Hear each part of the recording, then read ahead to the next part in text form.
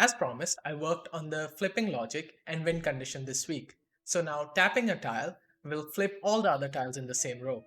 Since each tile is a different game object, it would be inefficient for a tile to keep a reference to all the other tiles in the grid. Even if a tile would keep the reference to only the tiles in its row and column, the entire grid would have 200 references.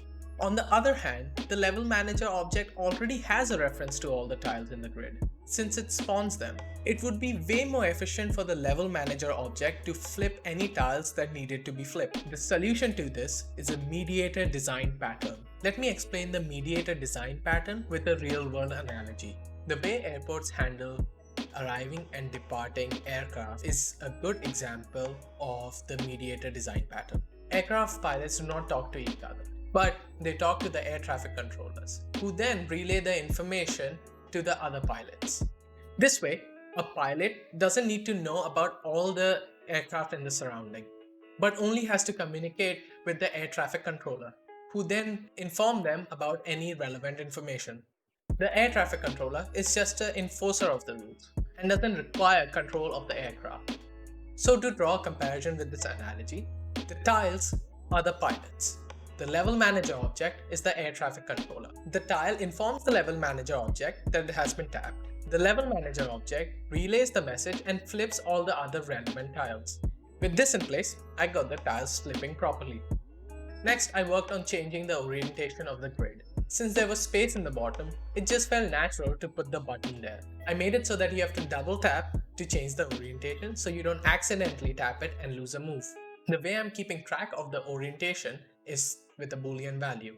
I need to play an animation to rotate the board anytime the orientation is changed. And changing the orientation of the board also counts as a move. I need to do three things when the button is double tapped. I need to change the boolean value, I need to play the animation, and I have to increase the move counter. You can write a function to do all of this, but I feel a better way of handling this is with a C# property. So anytime the boolean value is changed, it gives it the right value, plays the animation, and increases the move counter. This way, it abstracts the code and keeps it clean. Another way I use C# properties is with the move counter. When the value of the move counter is changed, it checks to see if the player has lost the game. This way, I'm not checking every frame if the number of moves have exceeded the max number of moves allowed by the level. I've started using properties everywhere. I also used it for the tile type variable in the tile script. Anytime the tile type has changed, it will also change the color of the tile. You can also define properties for things like current level, which indexes into the levels array to get you the current level. I feel instead of a function, this is more readable and looks simplified when being used. I prefer to refactor my code while I'm writing it. A good way to do so is to divide large chunks of code into their respective functions. If you're using Visual Studio, you can select a block of code, hit Ctrl+dot, and you will see an option to extract the block of code into a function. Visual Studio is even smart enough to define any parameters if required. Code should always be readable and easy to understand. Writing code keeping that in mind will save you the hassle of refactoring code later down the line. I was toying around with some camera shake when the animation completed. I asked the small ArchiDev Discord community about it, and it was a clear no.